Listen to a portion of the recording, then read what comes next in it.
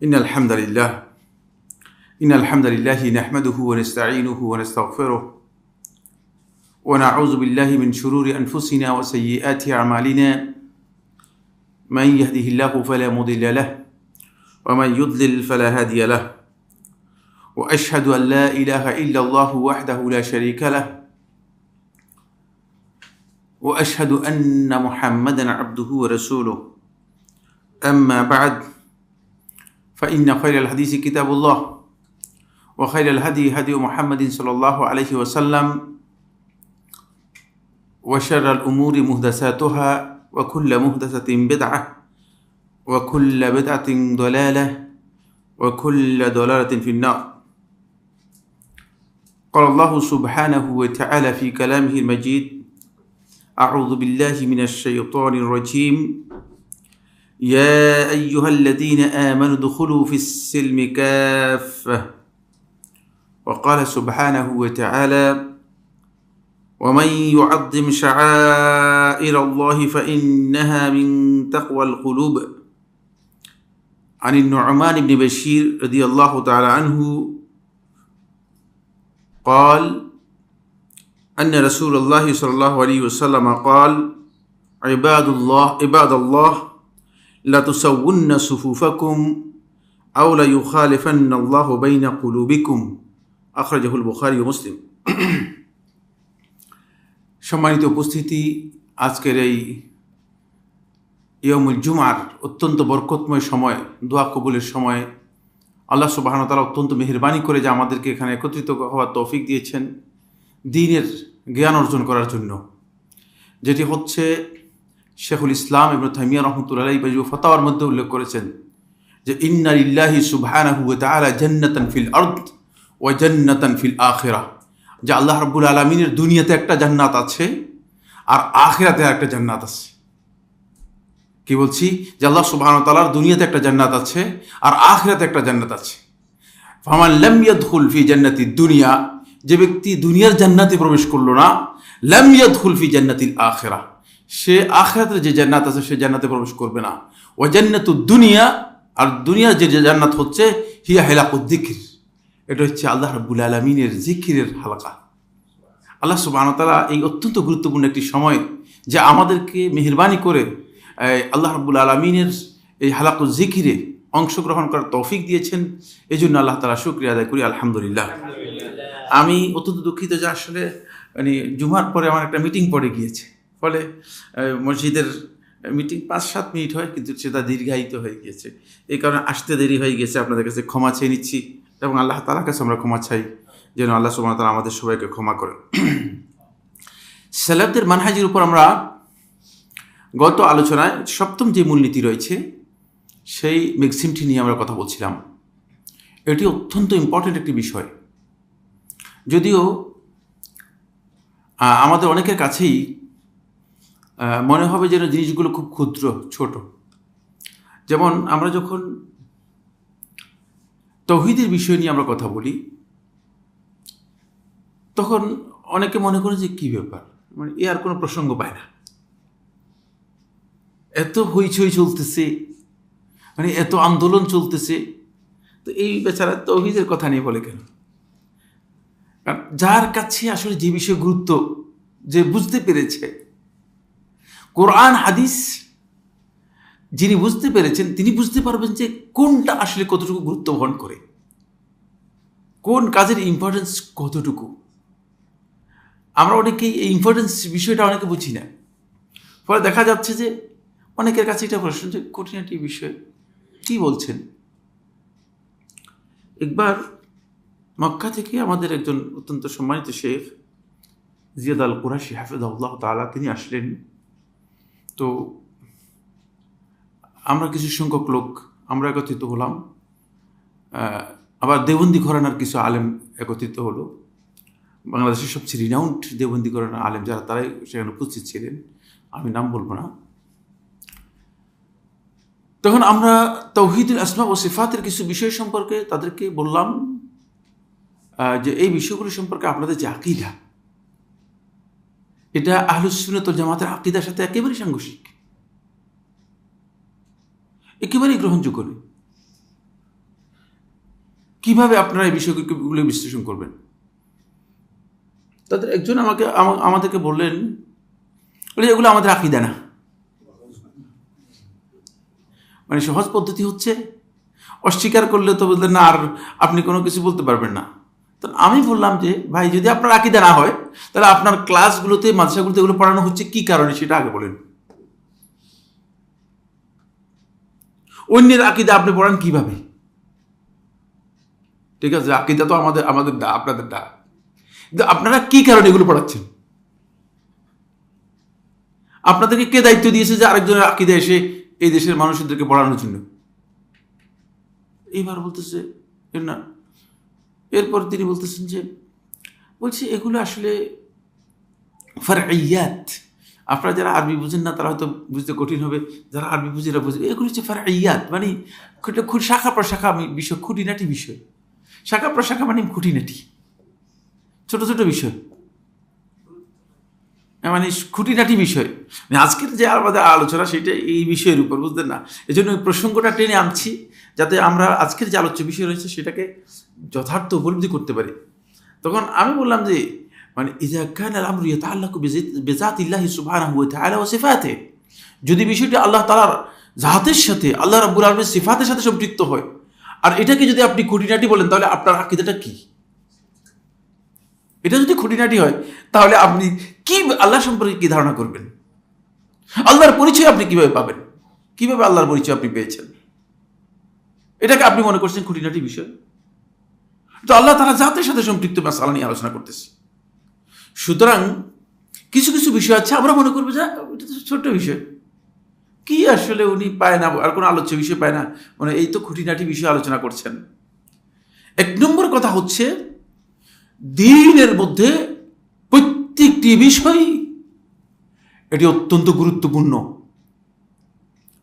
কোন অংশ বাদ দিবেন, কোন অংশ রাখবেন, এই ইখতিয়ার উবুদিয়তের মধ্যে, বান্দিগির মধ্যে নেই, তাহলে তিনি বান্দার গণ্ডিতে থাকবেন না। খুব সহজ কথা। এই জন্য রাসূলুল্লাহ সাল্লাল্লাহু আলাইহি ওয়াসাল্লাম খুব ভালো করে বুঝেন, খুব ইম্পর্টেন্ট মাসালা। এই জন্য রাসূলুল্লাহ সাল্লাল্লাহু আলাইহি ওয়াসাল্লাম ইত্তিবা, অনুসরণ, এটা ওয়াজিবুন বিলকুল। যারা আরবি বুঝেন তারা বুঝতে পারবেন। ওয়াজিবুন বিলকুল হচ্ছে এটি সামগ্রিক দিক থেকে বাধ্যতামূলক ওয়াজিব। লাইসা বিওয়াজিবিন ফিল জুজ, কিন্তু কোন সুনির্দিষ্ট জুজ এর ব্যাপারে, মানে কোন সুনির্দিষ্ট বিষয়ের ব্যাপারে এটা ওয়াজিব নয়। সেটা সুন্নত হতে পারে, সেটা মুস্তাহাব হতে পারে। যেমন নবী সাল্লাল্লাহু আলাইহি ওয়াসাল্লাম কদু খেয়েছেন। কদু তো বুঝেন মানে কি? লাউ। Very good. তো এখন আপনি কি মানে বলবো যে যত পারো লাউ খাও, কারণ এটা অনেক সুন্নত, ঠিক না? না, কিন্তু আল্লাহ নবী সাল্লাল্লাহু আলাইহি ওয়াসাল্লামের ইত্তেবায়ের সাথে যদি সম্পৃক্ত হয়, এটা বিলকুল। বিলকুল বলতে বোঝাচ্ছে কি? সামগ্রিকভাবে এটা কি ওয়াজিব। পরে হানাফি ফিকহদের মধ্যে ইমাম আবু ইউসুফ রাহিমাহুল্লাহ তাআলা তার ফিকহের মধ্যে উল্লেখ করেন, তিনি বলেন, যদি কোনো ব্যক্তি এই কথা বলে, যদি এটা আমাদের বক্তব্য নয়, এটা আমাদের বক্তব্য নয়, হানাফি ফিকহ থেকে কোট করতেছি, যদি কোনো ব্যক্তি এই কথা বলে যে আমি লাউ খেতে পছন্দ করি না, ফাইন্নাহু ইস্তাতাব, তাকে তওবা করতে বলা হবে। যদি তওবা না করে, আমি আল্লাহ রাসূলের প্রতি আমার ঘৃণা নেই, যেহেতু আল্লাহ রাসূল পছন্দ করেছেন, তুমি অপছন্দ করতেছো, তওবা করতে বলা হবে। যদি তওবা না করে তাহলে হত্যা করা হবে। হত্যা করবেন কেন? হানাফিরা এত কঠোর কারণটা কি? এখানে তো বাংলাদেশে তো হানাফি ঘরে গিয়ে কবরের মধ্যে সিজদা দিয়ে দিচ্ছে, কদুর মাসালায় হত্যার কথা দিল কেন? চিন্তা করেন। দিন না বুঝার কারণে এত পদভ্রষ্ট হয়ে গিয়েছে যে শুধুমাত্র কদুর মাসআলায় বলা হচ্ছে যে ফাইন্নাহু ইস্তাতাব, তাকে তওবা করতে বলা হবে। আর যদি তওবা না করে, যেহেতু আল্লাহ রাসূল সাল্লাল্লাহু আলাইহি ওয়াসাল্লাম ভালোবাসার সাথে জড়িত একটি বিষয়, সেটাকে অস্বীকার করার কারণে তাকে হত্যা করা হবে, যেহেতু এটা ওয়াজিবুন বিলকুল, সামগ্রিকভাবে ওয়াজিব। রাসূলুল্লাহ সাল্লাল্লাহু আলাইহি ওয়াসাল্লাম সামগ্রিকভাবে ওয়াজিব। আসুন, সালাফদের এখানে যে ম্যাক্সিমটা বা কায়দাটা আমরা মূলনীতি আলোচনা করব, ইন্নাহুম ইউআযযিবুনা জামিআ উমুরিদ্দিন, দ্বীনের যতগুলো বিষয় আছে, যদি সেটা প্রমাণিত হয়, দ্বীনের বিষয় প্রমাণিত হয়, তাহলে তারা সেটাকে ইউআযযিমুনা, এটাকে তারা সম্মান করবে, এটাকে বড় মর্যাদা দিবে, এটাকে ছোট করে দেখবে না। ইউআযযিমুনের বিপরীত হচ্ছে ছোট করে দেখা, ক্ষুদ্র করে দেখা। কোনো ব্যক্তি যদি প্রমাণিত দ্বীনের কোনো বিষয় সম্পর্কে তিনি মনে করেন যে না এটা ছোট, বুঝতে পেরেছেন, তাহলে বুঝতে হবে তিনি ভুল বুঝেছেন। যেমন মাথার মধ্যে টুপি দেওয়ার সুন্নত নাকি ওয়াজিব, কোনটা? হ্যাঁ, কোন কোন কোন আপনাদের হুকুম কি? হ্যাঁ হ্যাঁ, সুন্নাত না ওয়াজিব না ফরজ, কোনটা? বিভিন্ন জন বিভিন্ন কথা বলছে। মাথায় টুপি দেয়া এটা নবী সাল্লাল্লাহু আলাইহি ওয়াসাল্লামের হাদিস দ্বারা প্রমাণিত হয়নি, সহিহ হাদিস দ্বারা কি হয় নাই? প্রমাণিত হয় নাই। যদি প্রমাণিত হতো তাহলে আর আপনি কি পেতেন না? অ্যাক্সেস পেতেন না, কি পেতেন না? অ্যাক্সেস পেতেন না। সহিহ হাদিস এই মর্মে একটি সহিহ হাদিসও সাব্যস্ত হয়নি, একটি সহিহ হাদিস সাব্যস্ত হয়নি। সবগুলো এখানে দুর্বল হাদিস যা বর্ণিত হয়েছে সবগুলো কি দুর্বল এবং অত্যন্ত দুর্বল, শুধু দুর্বল নয়। ইমাম তিরমিজি রহমতুল্লাহ আবু কাবশা আনমারি রাহিমাহুল্লাহ তাআলা একটি হাদিস বর্ণনা করেছেন এবং ইমাম তিরমিজি রহমতুল্লাহ নিজেই বলেছেন মুনকার জিদ্দান। এছাড়া আর বাকিগুলো হাদিসই না, মানে হাদিসের পর্যায়ে পড়ে না, তাহকিকে সেগুলো হাদিসের পর্যায়ে পড়ে না। যাই হোক, এটা আমার আলোচ্য বিষয়, আমি বুঝাতে চাচ্ছিলাম যেটা সেটা হলো যদি দিনের বিষয় হিসেবে সহিহ হাদিসের মাধ্যমে সাব্যস্ত হতো, সেটা টুপি হলেও কি হতো? অবশ্যই আমার কাছে গুরুত্ব পেত, অবশ্যই আমার কাছে কি পেত? গুরুত্ব পেত। যেমন নবী সাল্লাল্লাহু আলাইহি ওয়াসাল্লাম মিসওয়াক সাব্যস্ত হয়েছে কিনা? হ্যাঁ, মিসওয়াকের ব্যাপারে হাদিস আছে, মিসওয়াকের হাদিসগুলো মুতাওয়াতির পর্যায়ে বর্ণনা। সুতরাং কোনো ব্যক্তি যদি মনে করে যে আরে মিসওয়াক নিয়ে উপহাস করা বা ঠাট্টা করা অথবা মিসওয়াক নিয়ে ভুল কোনো কনসেপ্ট কাউকে দেয়া, এই ব্যক্তি মূলত নবী সাল্লাল্লাহু আলাইহি ওয়াসাল্লামের দুশমন, আর এই ব্যক্তি সালাফদের মানহাজের পরিপন্থী। যদিও এটা ছোট হয়, মিসওয়াক না করলে তাকে কিছু বলবো না, মুখের মধ্যে দুর্গন্ধ থাকবে আর কি, একটু অ্যাভয়েড করে চলবেন। কিন্তু মিসওয়াককে যদি কোনো কারণে সে ব্যক্তি কোনো না কোনোভাবে ঠাট্টা বিদ্রূপের স্থলে নিয়ে যায়, তাহলে আপনি নিশ্চিত হবেন যে এই ব্যক্তির মধ্যে নবী সাল্লাল্লাহু আলাইহি ওয়াসাল্লামের ব্যাপারে কি রয়েছে? সন্দেহ রয়েছে, নবী সাল্লাল্লাহু আলাইহি ওয়াসাল্লামের দ্বীনের ব্যাপারে সন্দেহ রয়েছে। ফাইন্নাহুম ইউআযযিমুনা জামিআ উমুরুদ্দীন, দ্বীনের সমস্ত বিষয়কে তারা সবচেয়ে বেশি গুরুত্ব দিয়ে থাকে, শ্রেষ্ঠ মনে করে থাকে, ছোট বড় যা আছে সবটাই, সমস্ত বিষয় বলতে মানে এখানে ভাগাভাগি করে না। এর সামনে আসবে মানে যারা এর বিপরীতে সেলেফদের মানহাজকে কি করেছে? উপেক্ষা করেছে। তারা কিভাবে ভাগ করেছে সেটা আমি আলোচনার মধ্যে আনবো। ফায়াদউনা ইলা মা দাআ ইলাইহি নবী সাল্লাল্লাহু আলাইহি ওয়াসাল্লাম কদর আল ইসতিতাআ, ফলে তারা ওই দিকেই মানুষদেরকে আহ্বান করে ডাকে। মানে শুধুমাত্র আসেন তসবিহ কি করি, তসবিহ জপি।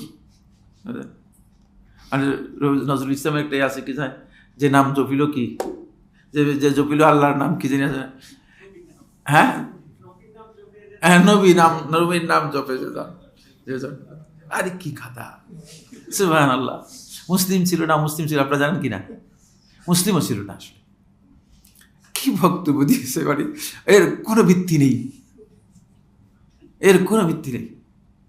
আল্লাহ তাআলা কোরআনের প্রত্যেকটা জায়গায় আল্লাহর জিকিরের কথা বলেছে, আর এই লোকে কি বলে? আর জিকির আর জপা এক জিনিস নয়, এটা আপনার খেয়াল রাখবেন, বুঝলেন না? ভুল মাসআলা হয়েছে আলেমদের বিকৃতির কারণে। আলেমরা জিকিরকে জপার মধ্যে নিয়ে গেছে, জপার কোনো বিধান ইসলামের মধ্যে নেই।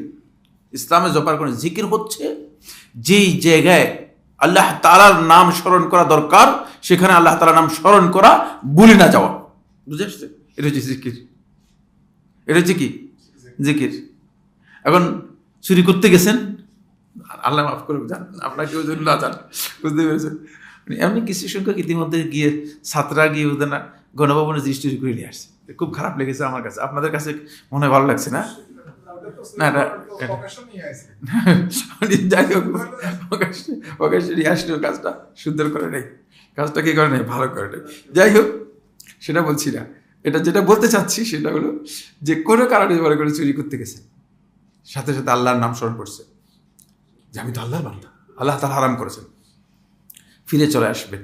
এটা হচ্ছে স্মরণ, এটা হচ্ছে জিকির, বুঝতে পেরেছেন?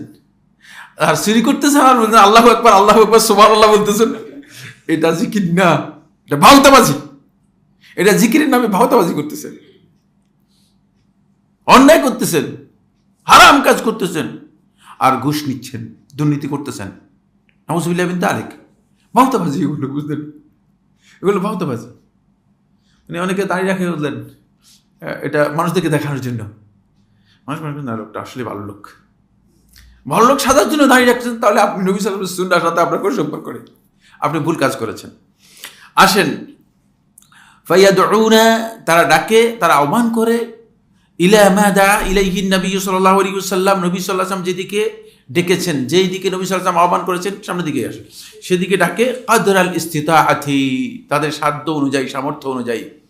হ্যাঁ, আপনার যেটা সামর্থ্যের মধ্যে নাই, আপনি দাওয়াতি কাজ করছেন, আপনি লোকদেরকে বুঝাচ্ছেন, বলছেন, দাওয়াতি কাজ করেছেন, কিন্তু আপনার দাওয়াতে আসেনি, লোকেরা শুনে নেই। আমাদের এক ভাই বলতেছেন যে মানে তার ওয়াইফই তাকে বৃদ্ধাঙ্গুলি দেখিয়ে দিয়েছে, বুঝতে পেরেছেন?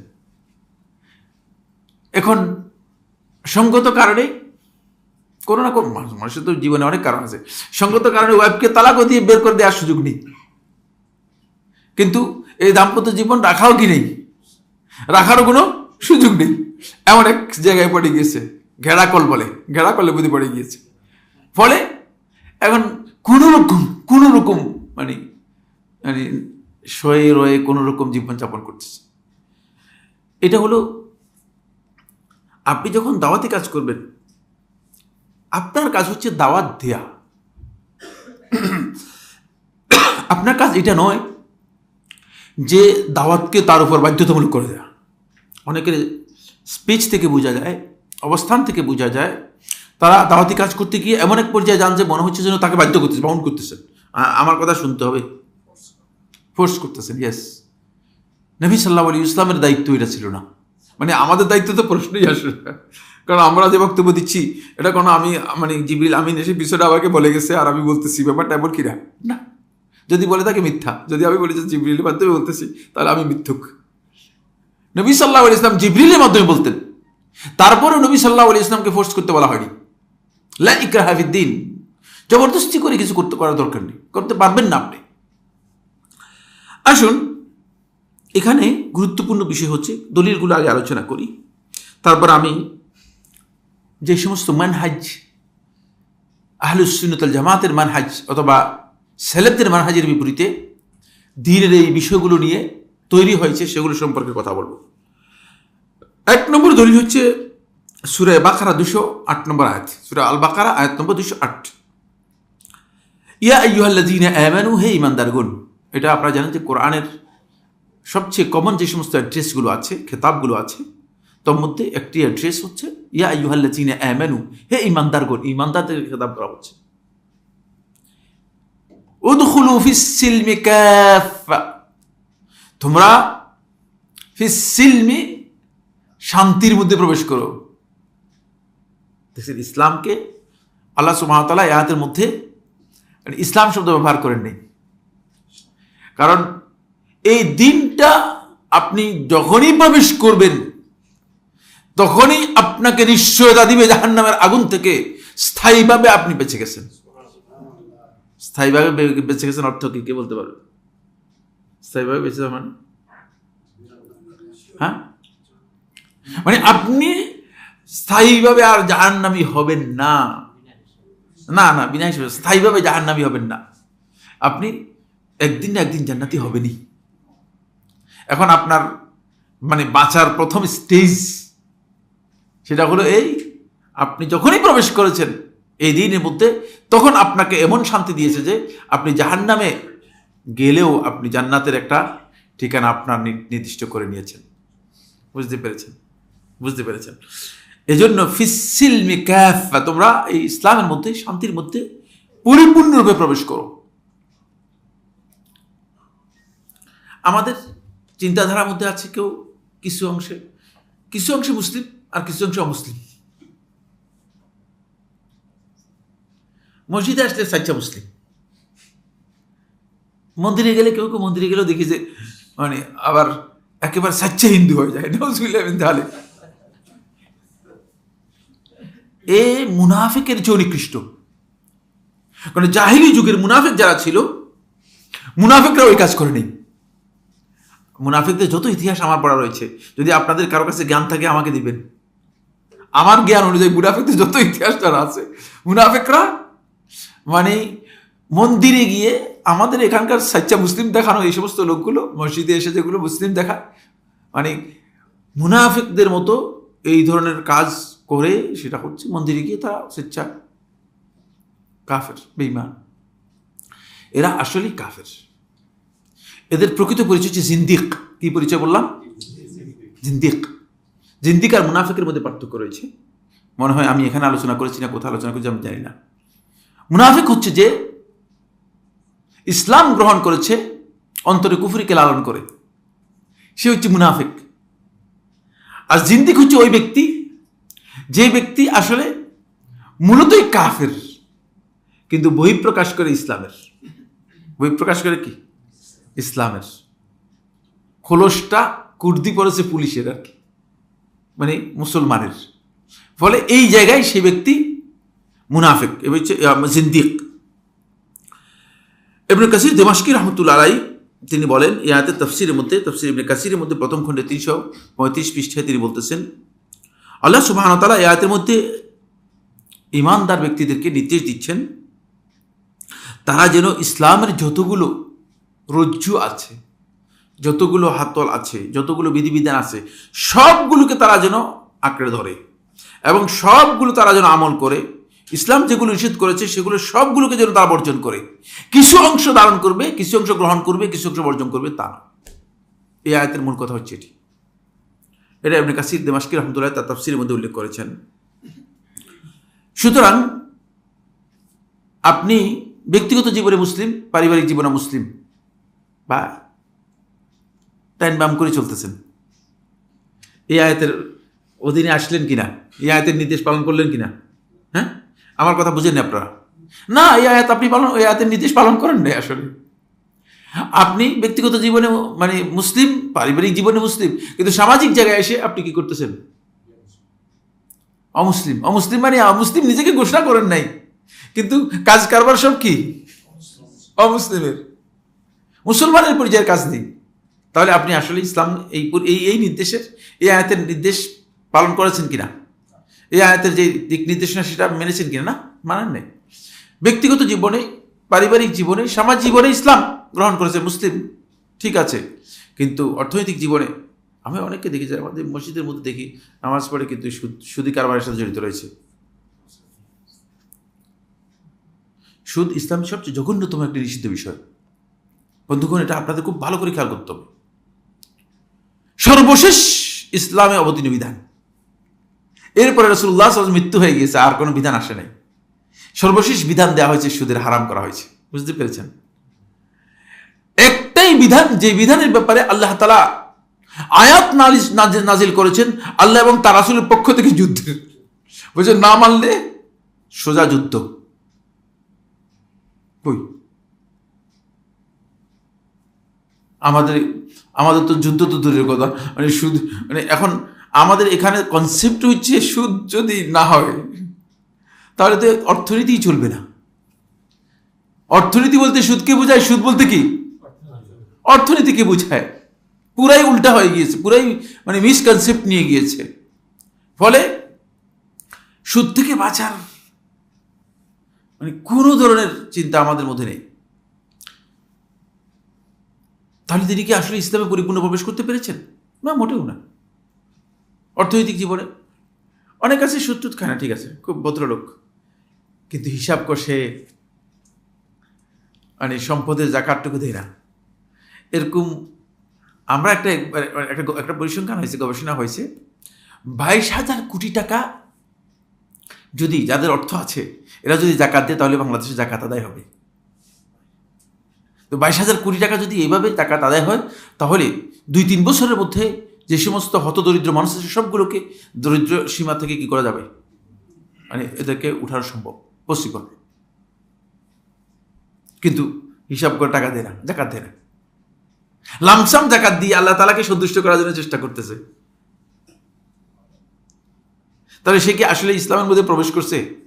হ্যাঁ, ইসলাম তার এমনি মানে এটা শো আর কি। তো এভাবে যদি আমি হিসাব করি তাহলে কিন্তু আমরা অনেকেই বাদ পড়ে যাব। মানে আপনারা রাগ করেন না, আমার রাগ করতেছেন নাকি? সবাই মনে করতেছে কি আজকে আজকে কি আমাদেরকে ধরা চেপে আসছে নাকি? না, আসলে কিচ্ছু না। কারণ এইভাবে প্রত্যেকেই আমরা অনেকেই যদি হিসাব করি তাহলে দেখবো যে আমরা অনেকেই মানে এই আয়াতের যে নির্দেশনা আছে এর আওতাভুক্ত না হয়ে বাইরে চলে যাব।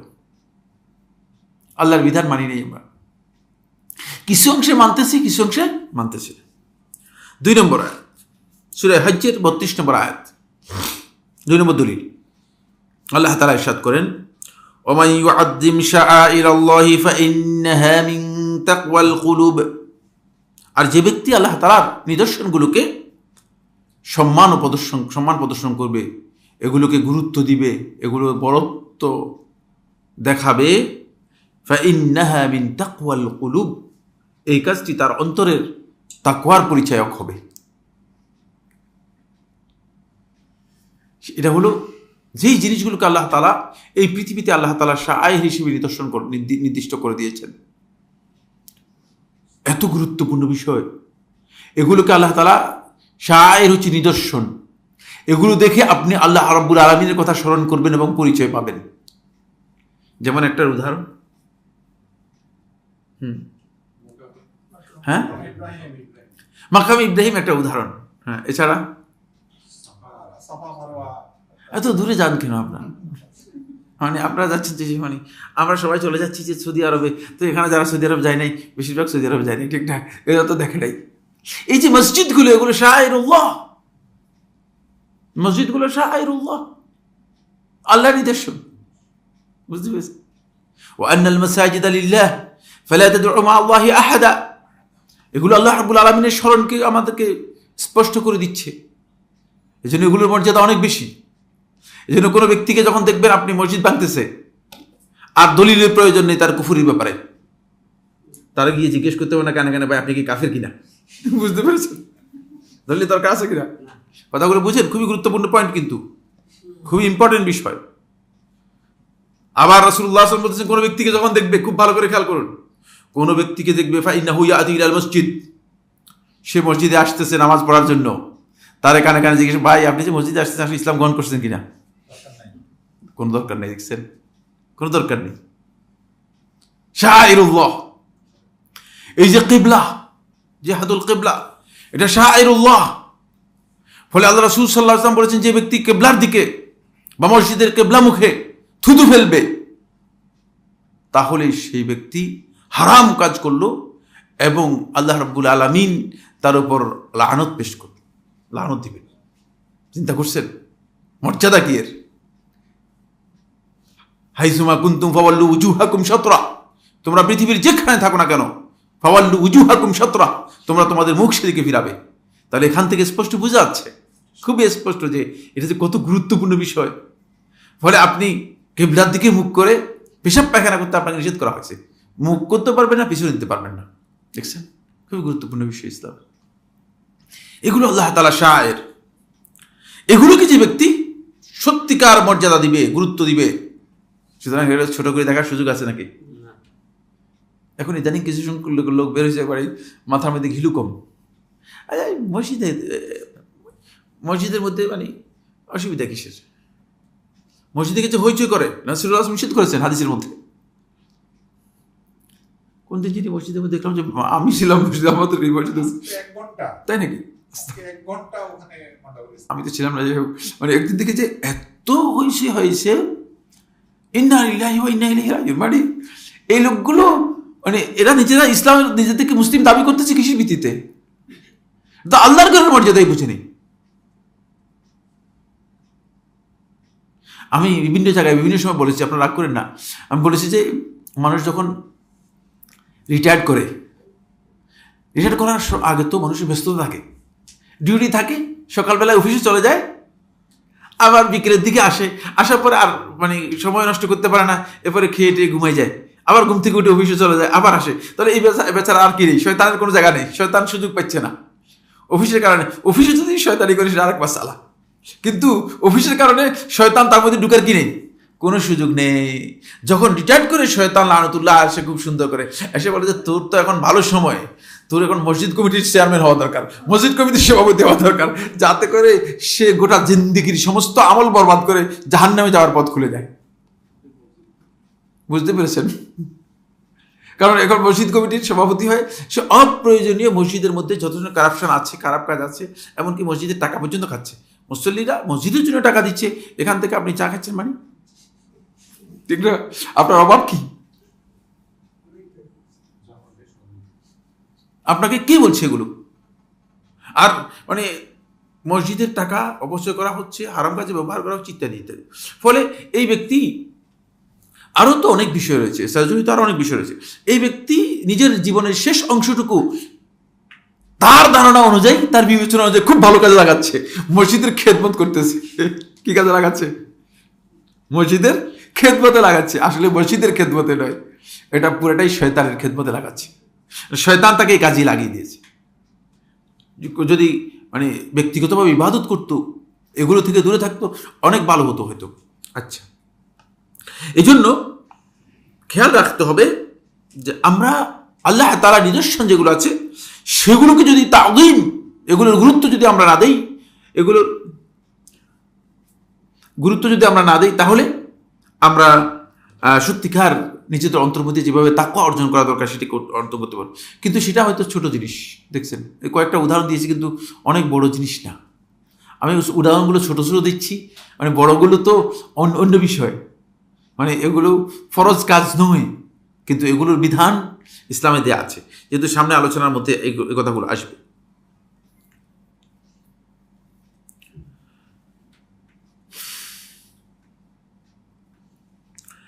এরপরে সূরাতুন নূরের 15 নম্বর আয়াতের মধ্যে আল্লাহ সুবহানাহু ওয়া তাআলা ইরশাদ করেন, ইজ তালাক্কাউনাহু বিআলসিনাতিকুম ওয়া তাকুলুনা বিআফওয়াহিকুম মা লাইসা লাকুম বিহি ইলম ওয়া তাহসাবুনাহু হায়্যিনান ওয়া হুয়া ইনদাল্লাহি আযীম।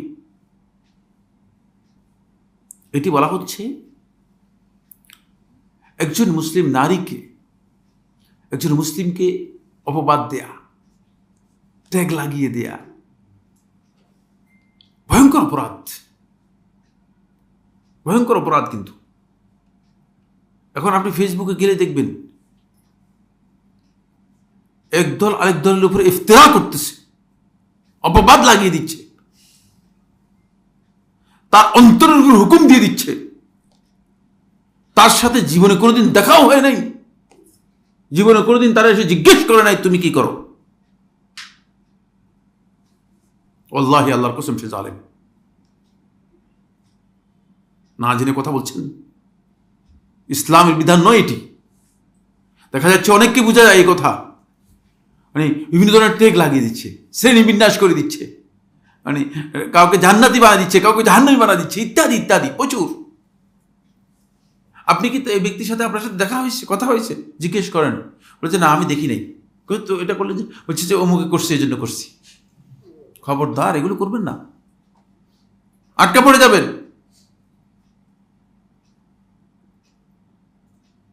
মানে আমার একটা জুমার খুতবার মধ্যে আমি এটা বলেছি, এই যে ফেসবুক রয়েছে, এটা হচ্ছে মাহাত্তাতুস সুফাহা, নির্বুদ্ধির স্টেশন। এদের অধিকাংশেরই বললেন পৃথিবীর কোনো ইউনিভার্সিটিতে চাকরি নেই, স্কুলেও চাকরি নেই, কলেজেও চাকরি নেই। এদের নিজস্ব চাকরি শয়তানে দিয়েছে কোথায়? ফেসবুকের মধ্যে। এটা শয়তানের চাকরি করতেছে। ফলে এমন কিছু কর্মকাণ্ড এদের মাধ্যমে দিয়ে শয়তান করাচ্ছে, অপ্রয়োজনীয়, মানে বিভিন্ন ধরনের কাজ। এর অধিকাংশই মূলত ইসলামের মৌলিক নির্দেশনা পরিপন্থী, ইসলামের মৌলিক নির্দেশনা পরিপন্থী।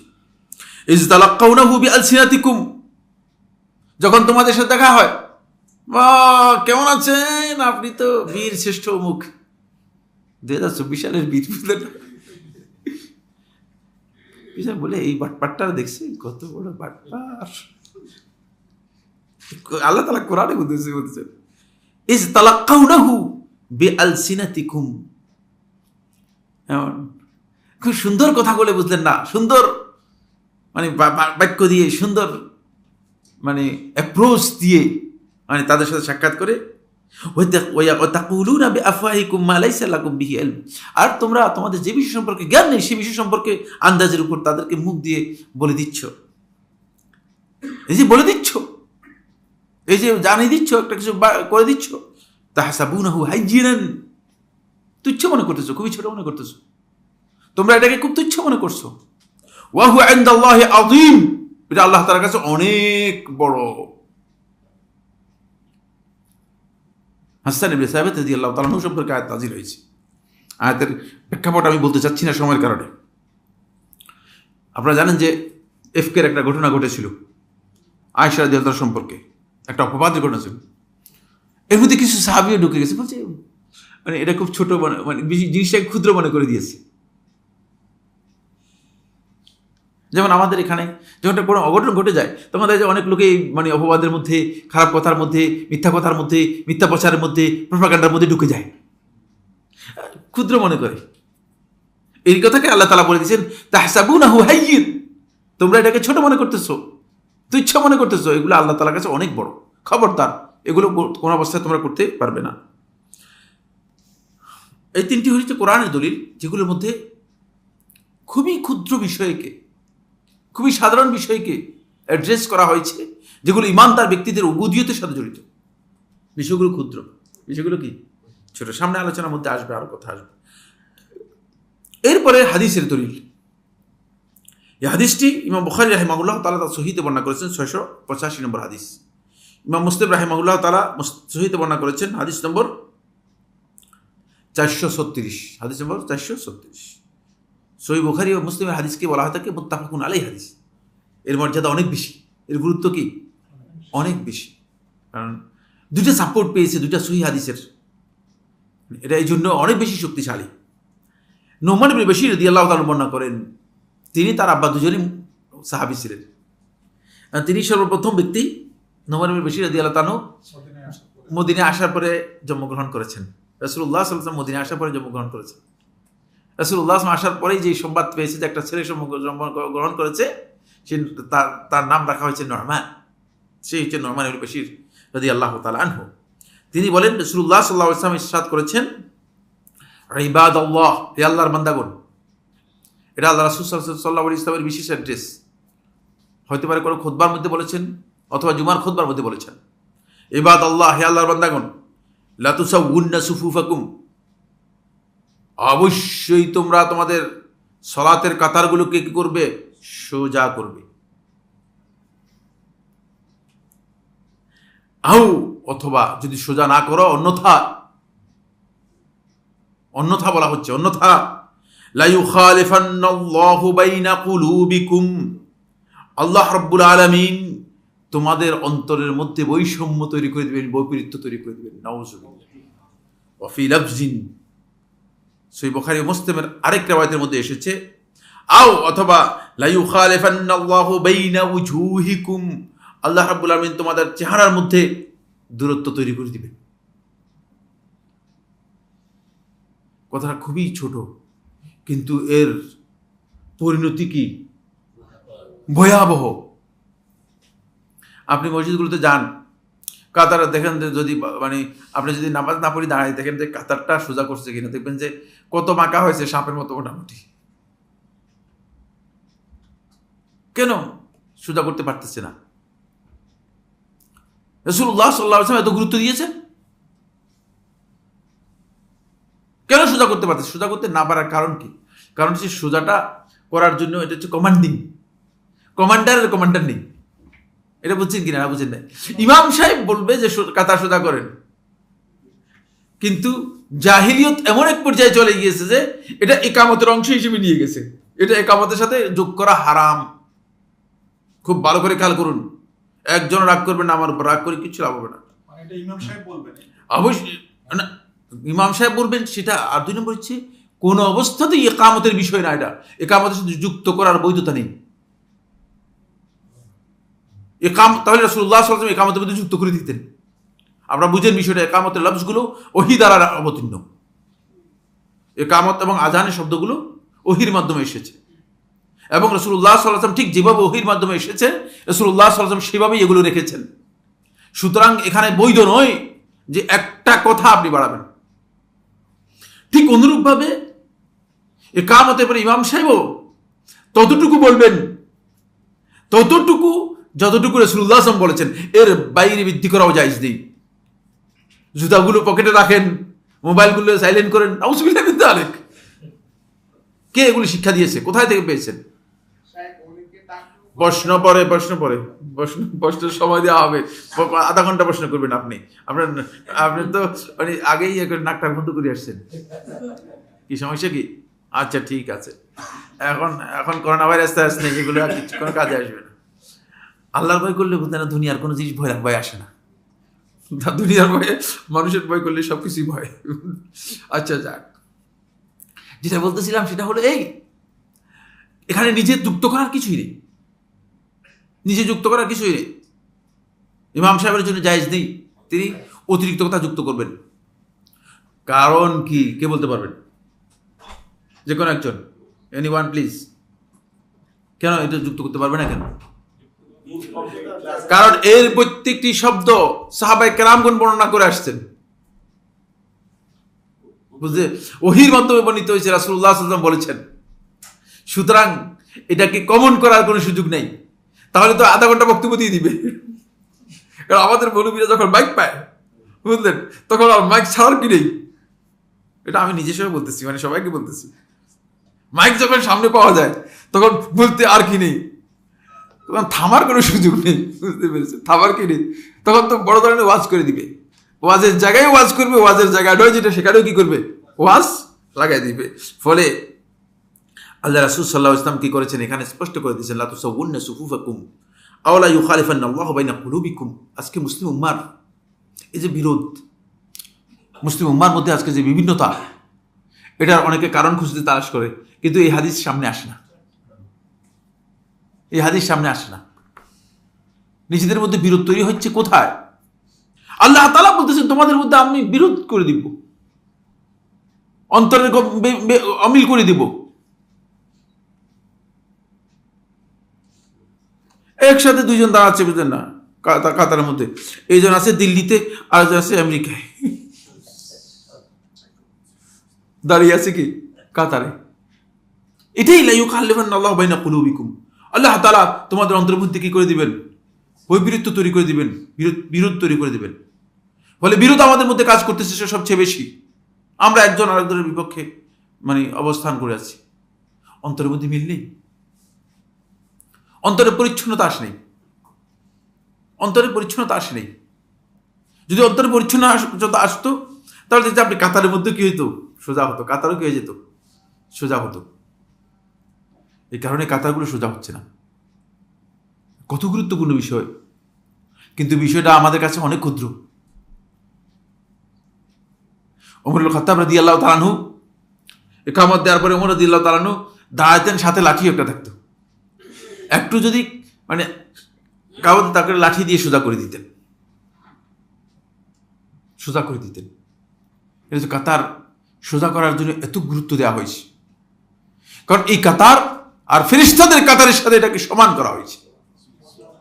ফেরেশতা আল্লাহ রাব্বুল আলামিনের সামনে, রব্বুল ইজ্জত ওয়াল জালালের সামনে ফেরেশতারা যখন আসে, তখন কাতার হয়ে সারিবদ্ধ হয়ে আসে।